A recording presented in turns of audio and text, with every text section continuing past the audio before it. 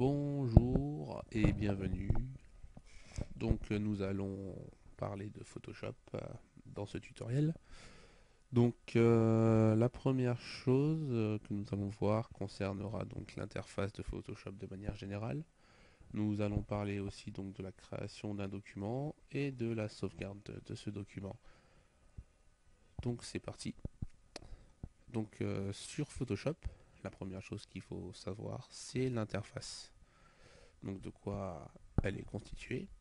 Donc sur Photoshop, que ce soit sur PC ou Mac, l'interface est constituée de plusieurs fenêtres. Donc principalement, on a la fenêtre qui regroupe le document, puis on a des fenêtres, comme par exemple la couleur, qui sont des fenêtres, on va dire, euh, des fenêtres périphériques, donc qui vont essentiellement constituer tout ce qui concerne les outils et différentes choses dont on verra plus tard. Donc pour nous aider dans la création sur Photoshop. Donc là par exemple on a la fenêtre de couleur paramétrée en RVB. Donc toutes ces fenêtres, il faut bien avoir une chose en tête, c'est qu'elles vont se retrouver dans l'onglet fenêtres que l'on va retrouver sur la barre d'outils, ou plutôt sur la barre de menu que l'on a en haut. Dans fenêtres, on retrouve toutes ces fenêtres. Si je clique par exemple donc sur couleur, on a donc la fenêtre de couleur que l'on a ouverte tout à l'heure. Voilà. Donc la première chose à savoir, c'est bien que si l'on recherche quelque chose, imaginons que l'on travaille sur ce qu'on verra tout à l'heure, la fenêtre des calques. Donc cette fenêtre de calque qui est ici au milieu de l'écran actuellement, le problème c'est qu'à un moment donné, si on fait mauvaise manip, elle disparaît et la première question c'est comment je fais pour récupérer ma fenêtre. Bah c'est simple, hein. Il suffit de retourner dans fenêtre ou alors d'appuyer sur F7 et la fenêtre de calque est ici. Alors comme on peut le remarquer aussi au niveau de la recherche, c'est par ordre alphabétique, donc ça peut être beaucoup plus facile et intuitif pour recommencer, pour commencer sa recherche. Et voilà, donc je retrouve ma fenêtre de calque. Très bien. Donc là, je vous ai parlé un petit peu du menu et des fenêtres. Alors les fenêtres, on va en parler plus en détail à chaque fois, hein, qu'on touchera à certains éléments de menu, sachant que l'intégralité des fenêtres, on les verra surtout dans l'un des cours, donc ultérieurement. Là, on va surtout parler donc du menu que l'on a en haut de Photoshop, qui concerne donc toutes les actions possibles que nous pouvons faire dans Photoshop. Donc on a premièrement le fichier, hein, donc on ira aujourd'hui ici, principalement pour ouvrir un fichier, créer un document, ou alors ouvrir un document existant, faire ce genre de choses. Les menus d'édition, image, calque, sélection, filtre, analyse 3D, affichage, fenêtre et aide. Donc bon, l'aide on verra plus tard. Donc tout ça, ce sont des actions qu'on va pouvoir faire au fur et à mesure que l'on verra par la suite. Donc ensuite sur ce menu, on a une fenêtre en dessous qui est elle aussi détachable de Photoshop, enfin de la fenêtre principale, qui en fait constitue les outils, ou plutôt les options de chaque outil. Vous voyez, donc la barre d'outils qui est ici présente. À chaque fois que je change d'outil, les options de ces outils diffèrent aussi. Donc ça va être une chose importante, car par exemple, si vous tombez sur un logiciel qui est le vôtre, donc vous allez avoir des préférences par défaut. Mais bien souvent, vous verrez, si vous travaillez sur des PC ou des Mac qui sont utilisés par d'autres utilisateurs, les préférences de ces outils, ou du moins les derniers états de ces outils, vont sûrement changer. Et bah, la première chose à se demander, c'est pourquoi ça marche pas. Donc regardons dans les outils si le comportement par défaut n'a pas été modifié. Donc voilà. Donc c'est ce qu'on va voir un petit peu maintenant. Donc là je vous ai dit qu'on allait regarder un peu les outils, mais en fait je me trompe puisque ça va faire partie d'un autre sujet, enfin d'une autre vidéo qui va traiter que des outils. Là je vais surtout regarder au niveau de la création d'un document. Donc dans fichier, nouveau ou alors CTRL plus N. Donc le raccourci clavier est toujours inscrit sur le côté. S'il n'y en a pas, c'est que les places sont quasiment toutes prises. Alors on verra que dans édition, raccourci clavier, on peut paramétrer ses propres raccourcis clavier, mais trouver des combinaisons de touches va s'avérer assez complexe. Donc voilà, c'était le petit détail. Donc dans fichier, on va faire nouveau document et on a cette fenêtre qui s'ouvre. Alors pour le moment, on ne va pas tenir compte du mode avancé puisque vous allez débuter sur Photoshop, donc on va commencer simplement par se fier à ce menu qui est déjà assez complet. Donc en première chose, le nom du document, hein. Il est évident qu'on va commencer par créer ce nom, car sinon à chaque fois que vous allez enregistrer sous un fichier sous-titre. Ensuite en paramètres prédéfinis, on a tout un tas de paramètres donc, qui sont déjà prédéfinis, comme par exemple papier format international pour du A4, du A6 et ce genre de choses. Avec les dimensions qui sont ici, notées en millimètres, mais vous avez d'autres unités qui se trouvent donc dans cette liste. La résolution 300, alors pixels par pouce ou pixels par centimètre. 300 pixels, c'est la résolution par exemple qu'on demandera pour du print, conseillé du moins pour du print, pour condenser le pixel d'impression, si je peux dire ça. Donc les points sont plus près les uns des autres, et donc l'impression est de meilleure qualité. Pour tout ce qui est web, on tourne plutôt autour de 72. Alors vous voyez que quand je change en format international et que je me mets par exemple sur les formats comme ça, la résolution se met automatiquement à 300. Dès que je rentre dans le web, 72 dpi.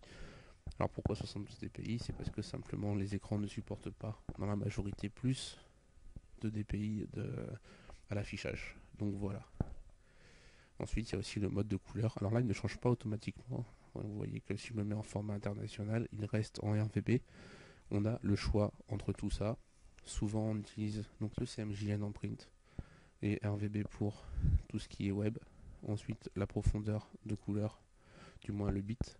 Donc plus vous étendez, plus les couleurs sont étendues aussi. Donc ça fera sûrement l'objet d'un cours plus étendu où je vous donnerai des liens pour en parler plus parce que c'est assez vaste.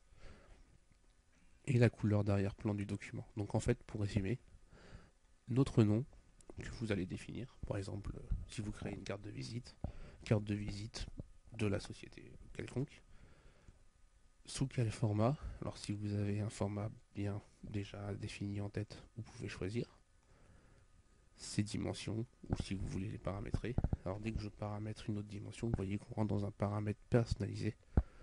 Prenez bien en compte l'unité de mesure, la résolution. Donc ce que je vous conseille, c'est de retenir que si vous faites du print, passez directement à 300 dpi. Si vous faites du web, passez à 72.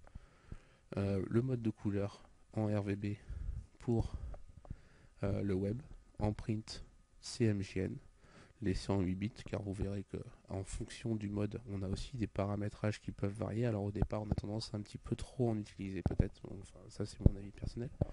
Donc on verra bien ça. Et ensuite, la couleur contenue dans l'arrière-plan, blanc, couleur d'arrière-plan ou transparent. Donc là, c'est vous qui voyez. Imaginons que vous avez une bannière de site qui fasse 700 sur 250 pixels, bien sûr, et que cette bannière, vous allez la réutiliser souvent, du moins ce format très souvent. On a la possibilité d'enregistrer le paramètre.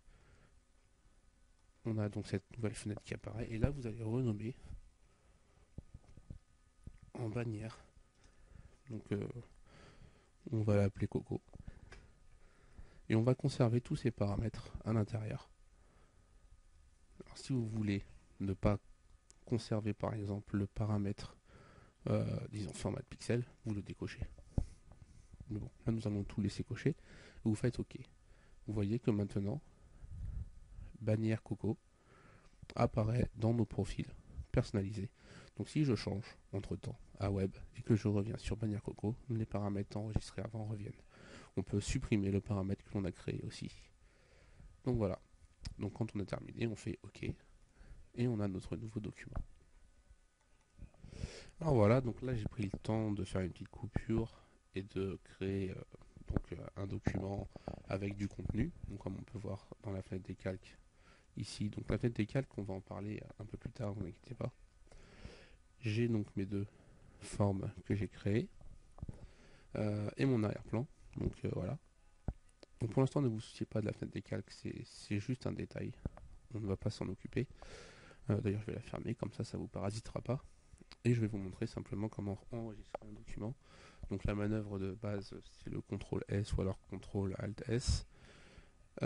Pour la version CTRL Maj S, pardon, pour la version enregistrée sous. Donc dès que vous faites enregistrer sur un document et que vous n'avez pas préalablement enregistré ce document, il va toujours faire comme si on enregistrait sous. C'est logique. Donc si j'ai pas mis de titre, voilà, c'est ce que j'ai pas fait tout à l'heure, il va falloir remettre un. Donc je fais Coco et je l'enregistre dans un format au choix. Alors il faut savoir que le format de base de Photoshop est le PSD. Vous avez aussi le choix entre tout un tas d'autres formats que on ne va pas forcément décrire ici, mais entre autres les plus répandus, le JPEG, le PNG par exemple, ou le TIFF et le Targa.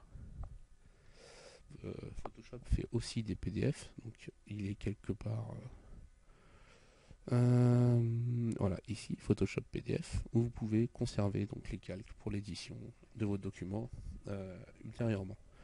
Donc là je vais enregistrer simplement un JPEG et je fais donc, alors ici voilà, on a des petits messages d'erreur. Donc bon, c'est pas trop grave hein, pour l'explication, on viendra plus tard. Donc voilà, donc pour l'instant comme j'ai jamais enregistré en PSD, il va me sortir à chaque fois des petites erreurs. Donc si j'enregistre en JPEG, c'est enregistré comme ça mon document, donc avec mon nom et à la destination finale. Je fais enregistrer l'optimisation, ou du moins les options d'optimisation JPEG. Donc en termes de qualité, ça va de 0 jusqu'à 12. Si vous mettez dans les réglages maximum, il s'arrête à 10.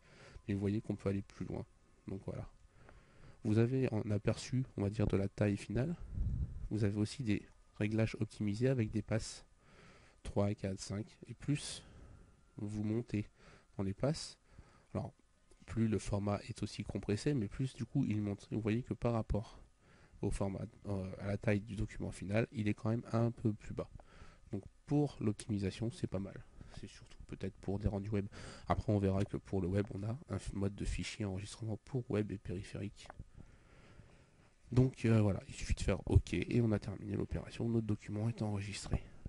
Donc si je fais fichier, ouvrir, et que je le recherche, donc sur notre... voilà, il est ici. On a ouvert le document JPEG et à côté, on a notre document à l'état PSD qui n'est toujours pas enregistré, bien sûr. Alors, petit détail pour le PNG, car on a une mauvaise habitude de dire que le PNG est transparent. Alors, le PNG n'est pas transparent, hein, c'est faux. Le PNG gère la transparence, c'est surtout ça qu'il faut comprendre. Donc si je fais un fichier enregistré sous et que je mets PNG et que je laisse le fond blanc, il est logique que le fond blanc apparaîtra. Et j'aurai donc au final le même rendu qu'un JPEG. Voilà, c'était le petit détail. Donc je vous expliquerai plus tard dans les calques l'histoire du fond. Donc voilà pour cette première partie, hein. C'était pas bien compliqué. Pour fermer Photoshop, vous faites quitter tout simplement. Et voilà, donc je vous dis à tout de suite ou à plus tard pour une prochaine vidéo.